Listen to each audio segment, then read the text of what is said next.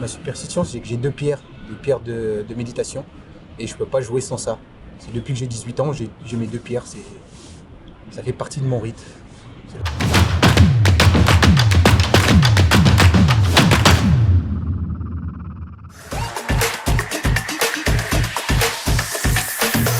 En quelques mots, je dirais que ça a été accidentel.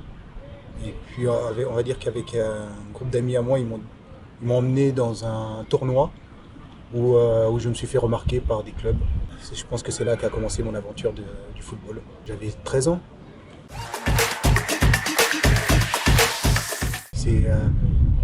On va dire que je ne suis pas un grand fan de football, mais un jour j'ai regardé un match de football, c'était Liverpool contre Tottenham, je pense.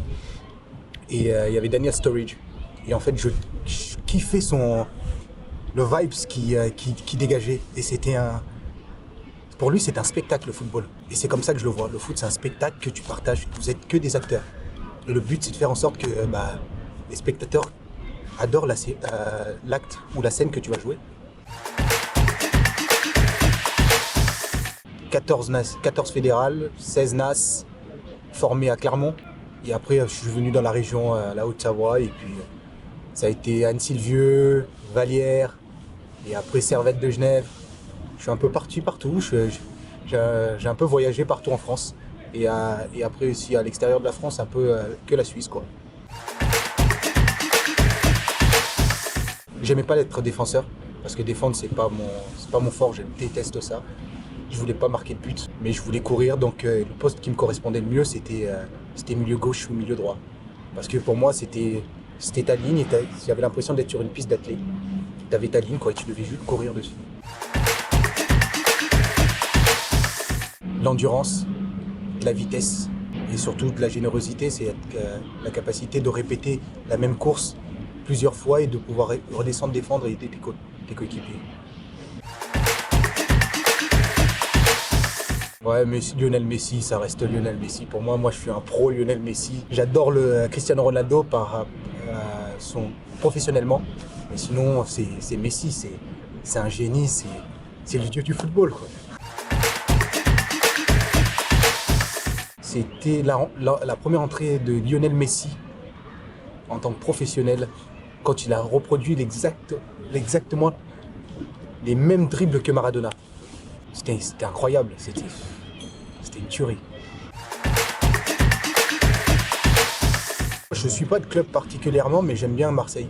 J'aime bien la proximité qu'ils ont le public avec le club. Ça rappelle un peu l'Angleterre.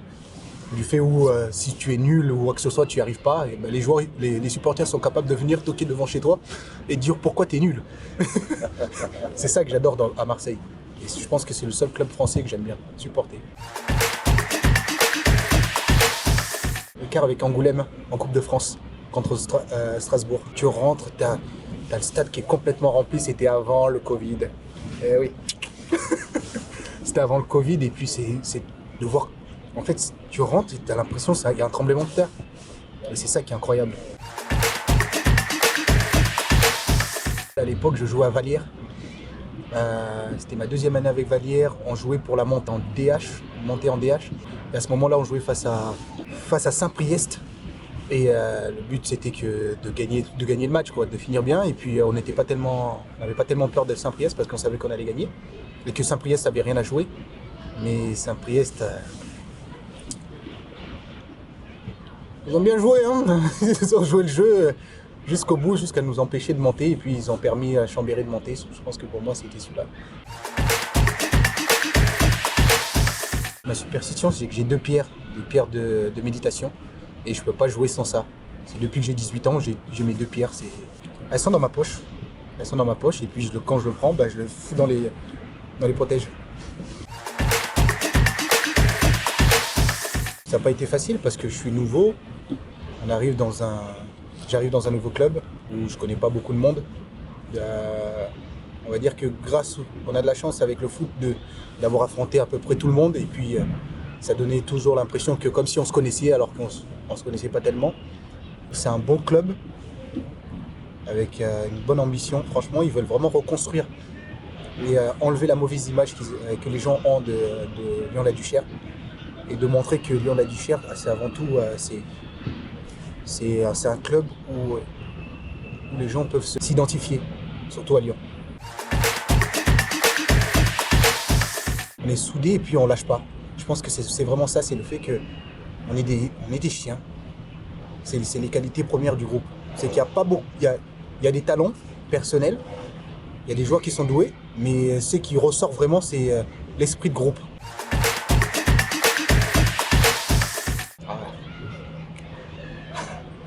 Ah ouais, j'hésitais entre Yanis et Youbi. Mais si je dois choisir, je pense que je dirais Youbi. Mais l'un ne va pas sans l'autre, donc ouais, Youbi Ndia. C'est une aventure personnelle pour chacun. C'est la possibilité d'affronter des équipes qui sont mieux classées que toi et de pouvoir espérer affronter une Ligue 1 ou une Ligue 2. C'est le rêve de chacun. Mais moi, personnellement, si je vise vraiment, je veux retrouver la demi-finale que j'ai vécue l'année dernière, mais avec le public, de pouvoir le partager, vraiment, c'est l'objectif. On attaque chaque match avec la même importance. Pour nous, c'est comme ça, on dispute chaque match comme si c'était une finale de Ligue des Champions. Le but, c'est de gagner et puis après, on voit bien. Après une victoire en Coupe de France et avant ça, un nul arraché dans les derniers instants à la maison, à domicile, ça serait dans la logique des choses de vouloir chercher une victoire et montrer qu'on repart sur le bon rail. De faire en sorte que le club joue au plus haut niveau. Ouais, je pense que ça serait ça. Et de permettre de donner de la joie à la jeune génération. J'espère qu'on vous donnera le plaisir de revenir et encore chaque week-end au stade Balmond de la Duchère et surtout de réapprendre à aimer ce club qui est la Duchère.